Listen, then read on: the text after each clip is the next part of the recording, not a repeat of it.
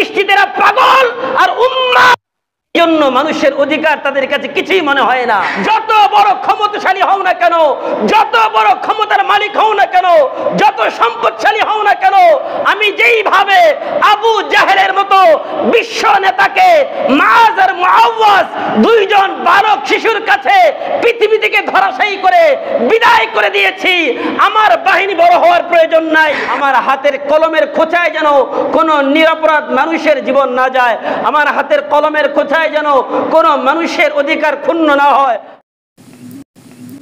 ইসলাহি media 24। আল্লাহ বলেন আমি তাদের অন্তর পরিবর্তন করে দিই, অনুকাল্লিব আফইদাতাহুম ওয়া আবসারহুম, এবং তাদের চোখগুলো পরিবর্তন করে দেই। কামা লাম ইউমিনু বিহি, যেভাবে তারা ঈমান আনে নাই আউয়ালা মাররা, প্রথমবার। ওয়া নাযারুহুম, তাদেরকে আমি ছেড়ে দেই ফি তুগয়ানিহিম ইয়ামাহুন, উম্মাদ হয়ে দুনিয়ার মধ্যে চলো, যাকে যেখানে পাও মারো, কাটো, হত্যা করো, তাদের কিচ্ছু যায় আসে না। আল্লাহ বলেন এই লোকগুলো উম্মাদ, পাগল, তাদেরকে আমরা মানুষ রূপী দেখি, কিন্তু এরা মূলত আল্লাহর দৃষ্টিতে পাগল। যদি পাগল না হতো কেউ কাউকে হত্যা করতে পারে? বলেন পারে না, পারে না। আল্লাহর দৃষ্টিতে এরা পাগল আর উম্মাদ জন্য মানুষের অধিকার তাদের কাছে কিছুই মনে হয় না। কারণ মানুষের অধিকার যদি কেউ রক্ষা করতে চায় তার তো মাথায় সেন্স থাকতে হবে, তার মাথায় ন্যূনতম মেধা থাকতে হবে। তাদের মেধা নষ্ট হয়ে গেল, তাদের মাথা নষ্ট হয়ে গেছে, এই জন্য তারা পাগল হয়ে ভালো মানুষের অধিকার তারা রক্ষা করতে চায় না। ঠিক কিনা ভাইরা আমার? এটা আল্লাহর কথা, আমার কথা না। ওয়ানাযারুহুম ফি তুগয়ানিহিম ইয়ামাহুন, আল্লাহ বলে তাদেরকে আমি ছেড়ে দিয়েছি উম্মাদ বানিয়ে। তাদেরকে যদি আমরা ভালো মানুষ রূপে দেখি, কিন্তু এরা আসলে উম্মাদ, পাগল। পাগল না হলে কি কেউ কারো কথা বুঝে না? আমি যদি আপনাকে একটা কথা বুঝাতে চাই, আপনার যদি ন্যূনতম মেধা থাকে, মস্তিষ্ক ঠিক থাকে, আপনি শুনবেন, বুঝবেন, এরপরে ন্যায় অন্যায় বলবেন। আর যদি আপনাকে বলার আগে আপনি এই বিষয়ে নানা কথা বলা শুরু করে দেন, তাহলে বুঝতে হবে আপনার মাথায় সমস্যা আছে। ঠিক কিনা? আল্লাহ পাক রব্বুল আলামিন বলেন বাল তাবা আল্লাহু আলা কুলুবিহিম, আল্লাহ বলেন আমি তাদের অন্তরটাকে মোহর মেরে দিয়েছি। কেন? তারা নিজেরাই তাদের অন্তর বাঁকা করে ফেলেছে। আর অন্তর যখন বাঁকা করে ফেলে তখন তাদের কিছুই করার থাকে না। কারণ আল্লাহ পাক রব্বুল আলামিন জানিয়ে দিলেন যে যাদের ভিতরে এই গুণগুলো থাকবে, সঠিক কথা বলার পরেও গ্রহণ করে না, অহংকার বশত। কিসের কারণে বলেন তো? অহংকার, দাম্ভিকতা আর অহংকারের কারণে আল্লাহ তাআলা ফেরাউনকে ধ্বংস করেছে। এই অহংকারের কারণে আল্লাহ পাক রব্বুল আলামিন নমরুদকে ধ্বংস করেছে। এই অহংকারের কারণে আবু জেহেল বলেছিল মুহাম্মদের 313 জন আমার কি করতে পারবে?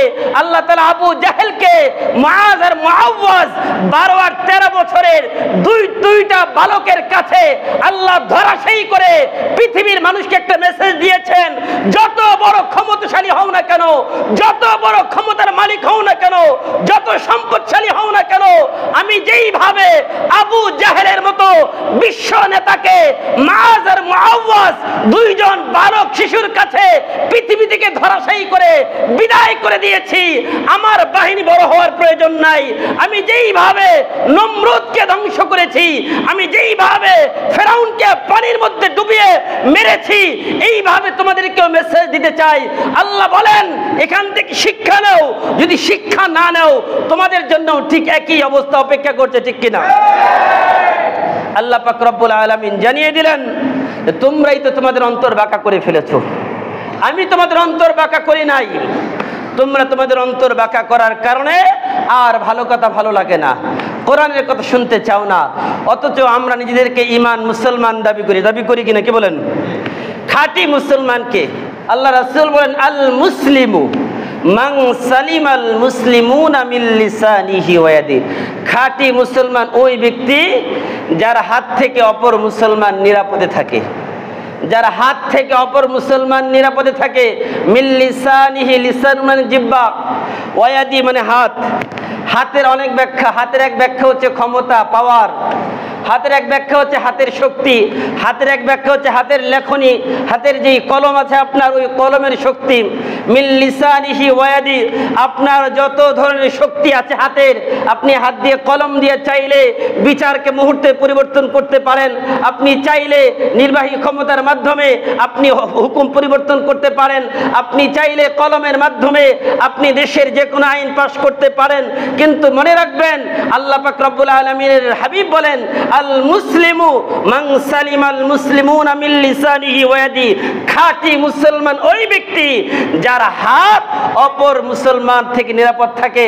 অর্থাৎ আমার হাত দিয়ে যেন কোনো মুসলমান কষ্ট না পায়, আমি তাকে হাতে না মারি, লাঠি দিয়ে আঘাত না করি, আমার হাতের কলমের খোঁচায় যেন কোনো নিরপরাধ মানুষের জীবন না যায়, আমার হাতের কলমের খোঁচায় যেন কোনো মানুষের অধিকার ক্ষুণ্ণ না হয়, আমার হাতের কলমের খোঁচায় যেন কোনো নিরপরাধ মানুষ যেন তার অধিকার থেকে বঞ্চিত না হয়ে যায়। আর আমার জিহ্বা দ্বারা এমন কোনো কথা বলবো না যেই কথা বলার কারণে দেশের মধ্যে অস্থিতিশীল একটা অবস্থা তৈরি হয়। যদি হয়, বুঝতে হবে আমার কথার মধ্যে সমস্যা, কারণ আমি খাঁটি ইমানদার মুসলমান হতে পারি নাই। তো আমরা কি খাঁটি ইমানদার মুসলমান হতে চাই না? কি বলেন, সবাই চাই তো?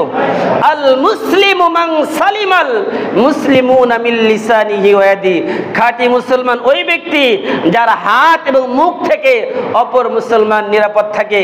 কিন্তু দুঃখের বিষয় কি হচ্ছে দেশে, আমরা কি দেখছি আজকে, কত মানুষের হাতের দ্বারা আক্রান্ত, কত মানুষ তার মুখের দ্বারা আক্রান্ত, কত মানুষ কতভাবে আক্রান্ত হচ্ছে।